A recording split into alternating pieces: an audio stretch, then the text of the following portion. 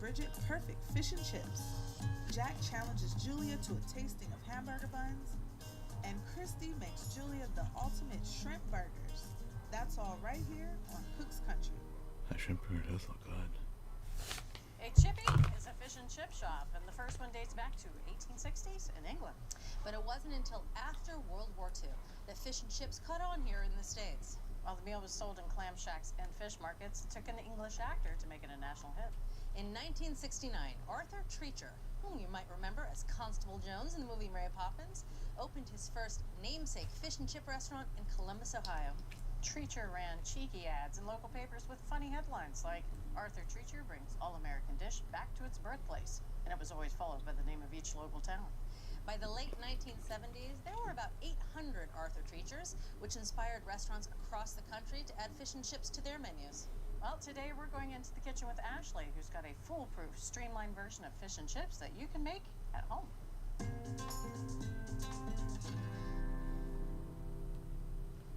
So I've stopped making fish and chips at home, and that's because a pub can do a much better job than I can. They have that specialized equipment, the fryer with 2 baskets, so you can fry fish and chips at the same time and serve them nice and hot. But at home, usually one gets cold while it's waiting on the other, but Ashley's here. She's going to show us how we can have it all. Hot fish and crisp chips all at the same time. All at the same time? All right. As you said, I mean, when you're driving home from work, you're not usually thinking, oh, tonight I'm going to whip up a little batch of fish and chips. It's not a last-minute dinner. No, it's not. But after I've showed you how easy this recipe is, you will be starting to think like that on your way home. So let's get started with the batter. Here we have 1 cup of all-purpose flour. Here is 1 cup cornstarch. Now the combination of these 2 things gave us the color and the texture of the batter we were looking for. Really nice and light, beautiful golden brown. And for a little seasoning, we have 1.5 teaspoons of salt. And for lift, we have We 1 get to talk teaspoon to. of baking I powder. want to see KK So play let's add a little yesterday. beer to this batter. This is a light-bodied Oh, we American ended lager, the and I have end of the 1.5 game earlier. cups of it. Now the beer does Oh, it's a few different mouse. things for us in this batter. It provides some seasoning here. It provides a little bit of sweetness. It provides Lindbergh. some acidity, which is always welcome with some fried food. And also, if you don't cook with beer or alcohol, no fear, you can use simple seltzer water. Plain water doesn't do the trick, unfortunately. So it's more the carbonation is essential, but the beer adds additional flavor and benefit. I'm going to whisk this until nice and smooth. I'm going to cover this with some plastic wrap. And before I do anything with this, let's move on down to the fish. Sounds good. Okay, so here we are going to be using some codfish, but if you can't find any cod, halibut or haddock will also do. We have 2-pound skinless fillet of cod, which I've cut into 2 pieces. I'm going to cut this into 8 pieces. I want them to be about 4 ounces each. So first, cut these in half The like penguin. that. And then I'll cut this right Penguin. down the middle. Penguin. Cut the fish into even-sized pieces. Everything's going to cook at the same rate. Before I season it with salt and pepper, I'm going to pat these dry with some paper towels so that the seasoning adheres nicely. Season it nicely with some salt and pepper. If you season it from up high, it really distributes nicely over any protein that you're working with. Transfer the seasoned fish to a nice large plate. I'm going to go wash my hands, and then we're going to put that batter and the fish into the refrigerator. Okay. All right, so we have got the fish covered for our fish and chips. Now let's move on to the chips. For the potatoes, I chose Yukon Gold potatoes because of their moderate starch level. So first, when you're working with any type of round vegetable, it's always best to flatten all of the sides. And you can do so by trimming 1/4 inch off of each rounded side. Now that I have all those rounded pieces squared off, I'm going to cut this into 1/4 inch thick planks. So using my trusty ruler here, I have a chic. good idea of what a 1/4 inch looks like. So I'll chic. continue to work my way through the potato. I would Okay. recommend that you stack just one on top of another. Just start with about 2 at this stage. 2 Mine double looks stack. nice. I'm going to cut these into 1/4 inch thick fries. Well, Ashley mentioned a minute ago that she chose Yukon Golds because they were a medium starch potato. Now, the reason that russets were out of the game here is that they are very starchy. And the rule of thumb is the more starchy the potato is, the more apt it is to become super tender and fall apart. We want sturdy but still tender chips here, so that's why Yukon Golds were the perfect choice for us. Let's get fried. All right. Okay. Here we are going to do what's called a cold fry method. So if you notice, a lot of times when you cut potatoes, you put them in water to keep them from oxidizing and changing color. Now, I didn't do that with this. I want the starches to stay in the potatoes. Okay. I'm gonna add these potatoes to the cold peanut oil. This is peanut oil. I have 8 cups total here. Put these over high heat. And I'm not going to touch anything in here. It's going to take about 7 minutes to get to a rolling boil. And then I'm going to cook it at that boil for an additional 15 minutes. The potatoes after that are going to be a little limp, and the exteriors will be beginning to firm. Now, it's been 7 minutes, and this is what I meant for the rolling boil. That's boiling. That's boiling. So again, I'm not going to touch these potatoes, and I'm going to continue to cook them at this high level heat for an additional 15 minutes.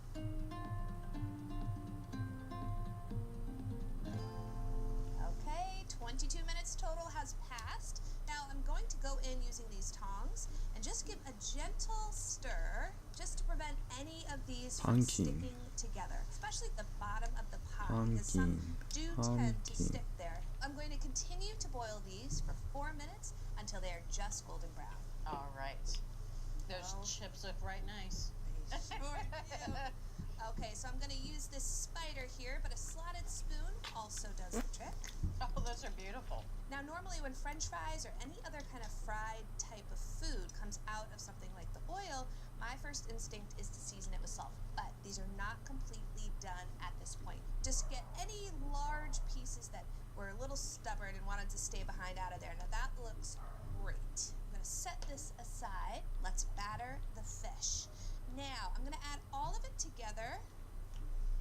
Just make sure everything is covered here. Something's wrong with my controller. Right. Now, before I do anything, I'm going to go wash my hands. Sounds good. All right, so I'm going to check my oil temperature here.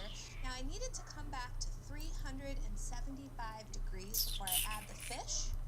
All right, time to get frying. Now, I'm going to do 2 batches here. And the I'm Switch using controller this region fork. free. That's a beautiful thick batter. Really thickened up nicely in the fridge. I'm going to drag it across the oil, drop it in.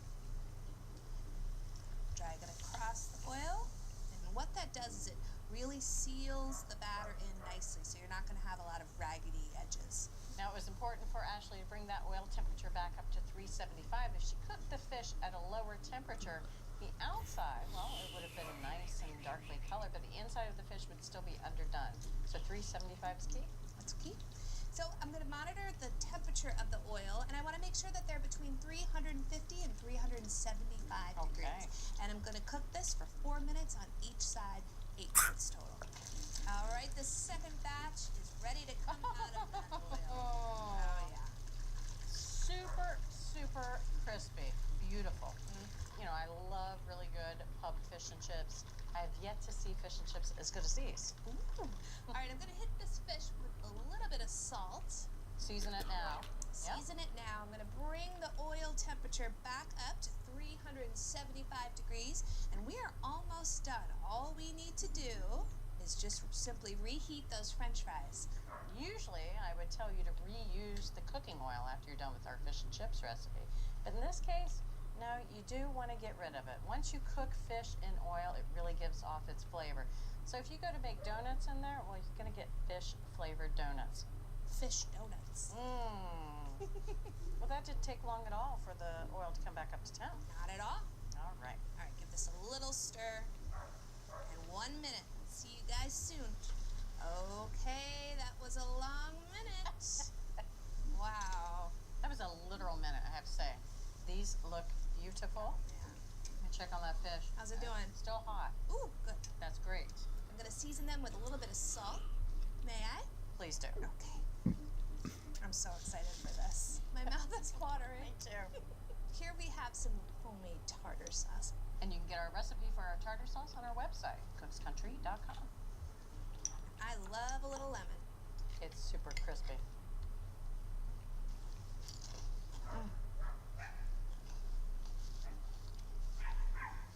That batter is so light So light. and flaky, mouthy. but it still has some heft to it. You know, it's not one of these batters that you make it so light, it's just this gossamer thin, almost a veneer. We wanted a little bit more structure there. You Yes. gave it to us. And the baking powder, if you could see, really helped provide a little bit of lift in there. I'm putting the fork and knife down Yeah. to go in for the chips. Oh, right. They're actually kind of creamy inside, really nice shell on the outside, perfectly cooked through. Gorgeous color. Excellent job. Thank you. Make an ultra light batter with flour, cornstarch, baking powder, and beer. Add seasoned large pieces of cod with salt and pepper. For the chips, start Yukon Gold potatoes in cold peanut oil and cook until just shy of done. Remove the chips, then batter and fry the fish until deep brown. Return the chips to the oil for 1 minute to brown and crisp, and serve all with lemon and tartar sauce. It can be done. So from Cook's Country, pour a pint for yourself and enjoy fish and chips with a wee chippy. Oh, right back at you. Love what you're watching.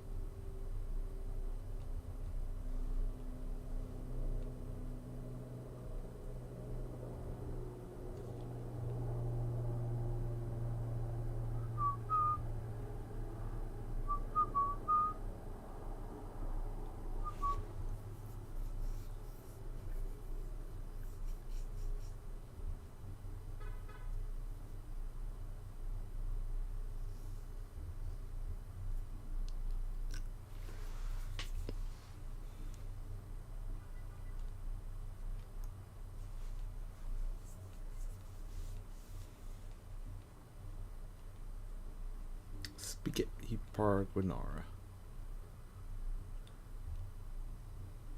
Scaffolding. Tub.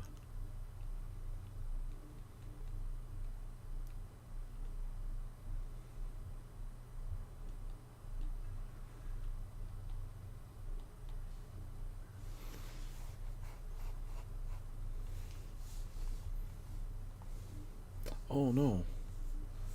I just forgot I was trying to save fossils for my new island.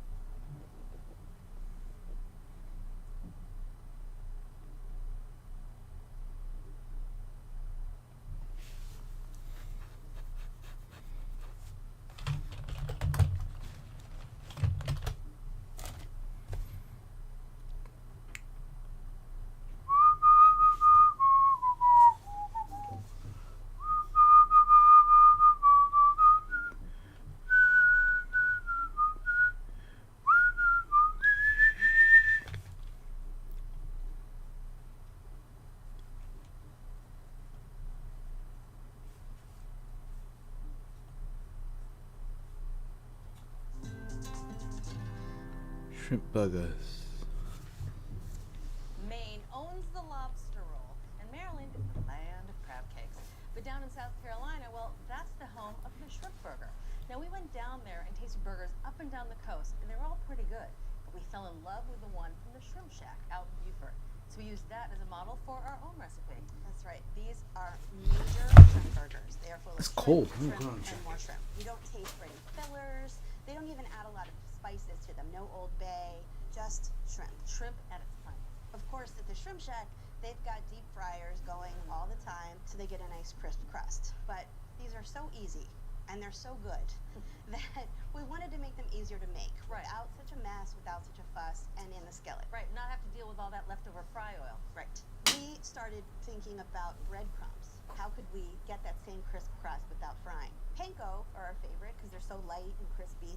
The problem was those flaky bits made them seem more like crab cakes. Yeah. And that wasn't what we were looking for. So our solution was to take them and pulverize them in the food processor. So I've got a cup of panko. I'm just going to pulse these about 15 times until they're nice and fine and dredgeable. Just a couple more for good measure. Well, let's check these. So you can see it's a much finer grain now, not so shardy. Yeah, because panko has a pretty iconic texture with those nice flakes. So I'm just going to transfer these to a shallow dish so I'll have a good space to do my dredging. And I'm going to use this again. So we needed to get these burgers to stick together, but we already knew that bready fillers were out. Right.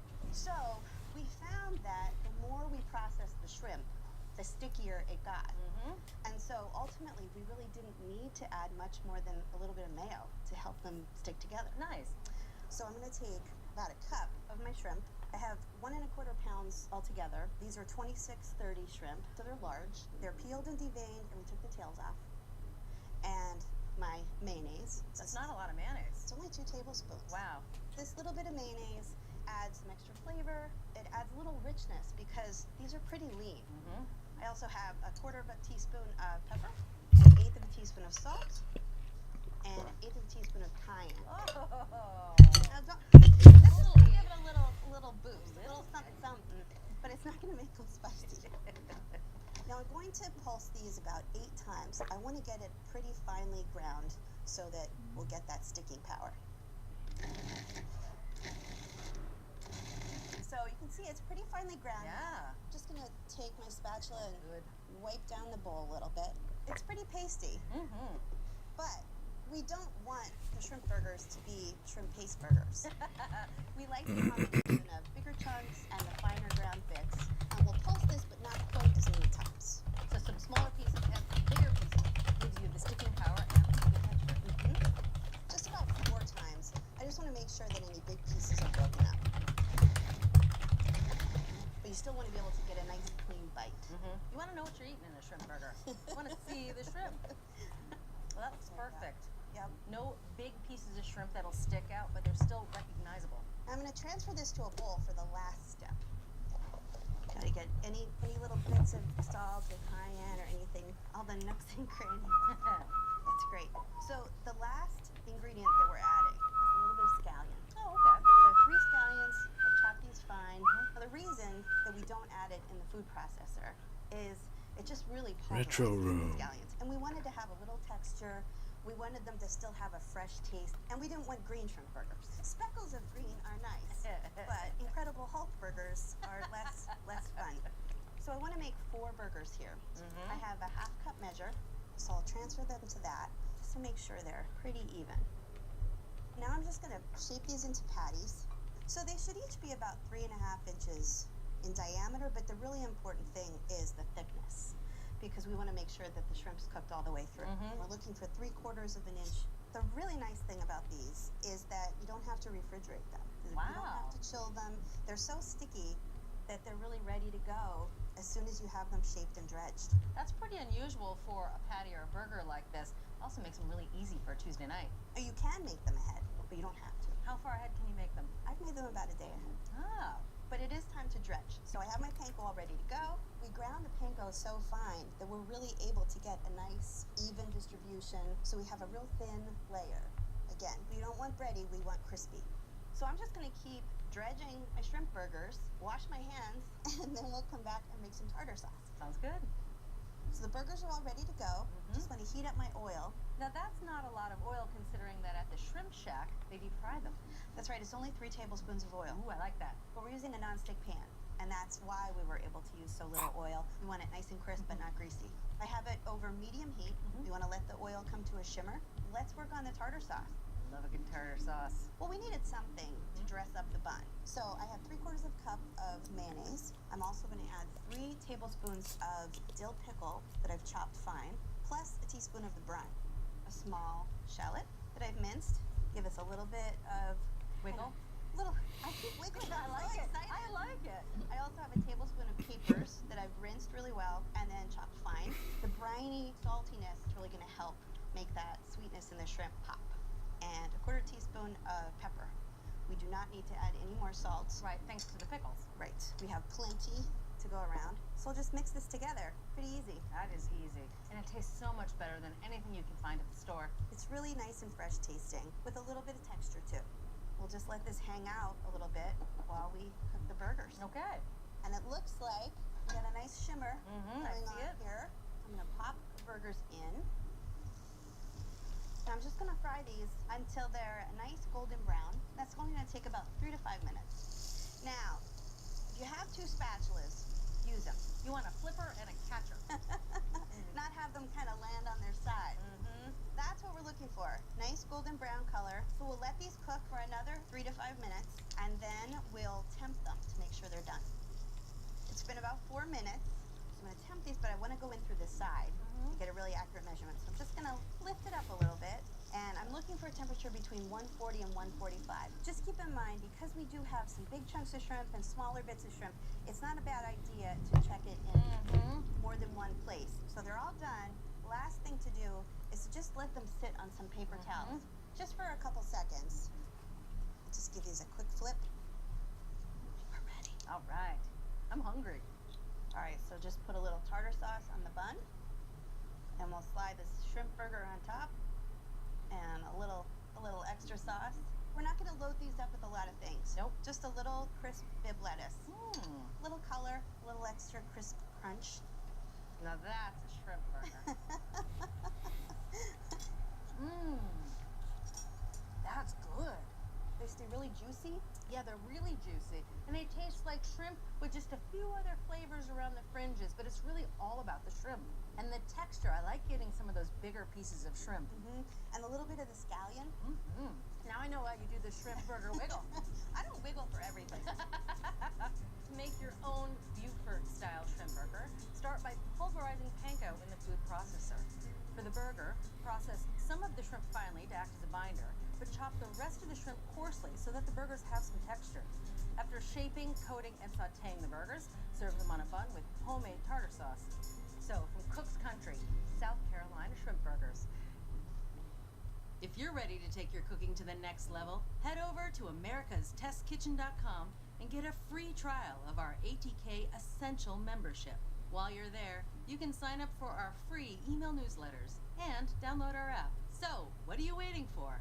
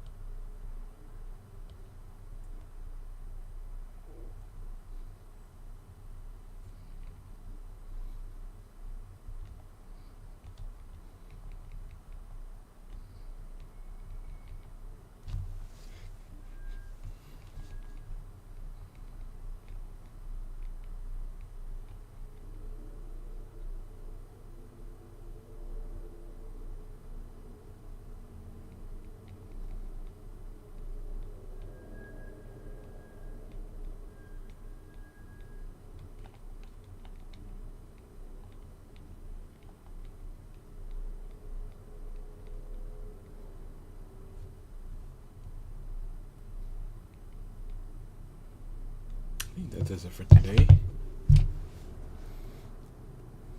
Thanks everyone